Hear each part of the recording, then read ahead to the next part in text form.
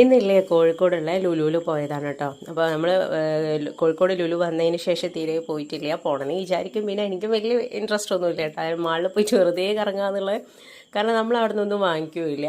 ഭയങ്കര പുറത്തുള്ളതിനേക്കാളും റേറ്റ് അധികമായിട്ടാണ് കേട്ടോ തോന്നിയത്. പിന്നെ മാക്സ് ഒക്കെ ഉണ്ടെങ്കിൽ മാക്സ് ഷോപ്പിലൊക്കെ കയറാറുണ്ട്.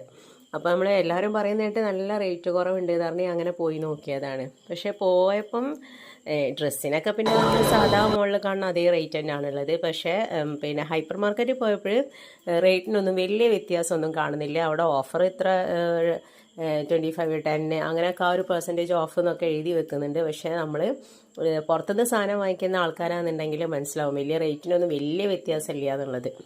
നമ്മൾ അജ്മീൻ്റെ പുട്ടുപൊടിക്കൊക്കെ റേറ്റ് നോക്കിയിട്ടുണ്ടായിരുന്നു. അപ്പോൾ സെയിം നമ്മൾ വാങ്ങുന്ന ഷോപ്പിലുള്ള അതേ സെയിം റേറ്റ് തന്നെയാണ് ഇവിടെ ഉള്ളത്. പക്ഷേ കുറഞ്ഞ എന്തോ ഒരു പെർസെൻറ്റേജ് വ്യത്യാസം എന്ന് പറഞ്ഞിട്ട്. അപ്പോൾ അത് ഓരോ കറക്റ്റ് വാങ്ങുന്ന ആൾക്കാർക്ക് അത് പെട്ടെന്ന് മനസ്സിലാവും.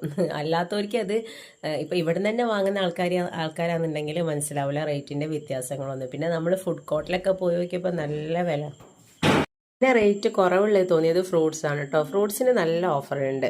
പിന്നെ നമ്മൾ പുറത്തുനിന്ന് വാങ്ങുന്നതിനേക്കാളും എത്രയോ റേറ്റ് കുറവാണ് ഫ്രൂട്ട്സിന് ഇവിടെ ഉണ്ടായിട്ടുള്ളത്. അപ്പോൾ നമ്മളങ്ങനെ കുറച്ച് ഫ്രൂട്ട്സ് വാങ്ങിക്കാനുണ്ടായി. പിന്നെ വെജീസ് ഒന്നും നമ്മൾ തീരെ വാങ്ങിച്ചിട്ടുണ്ടായിരുന്നു കേട്ടോ.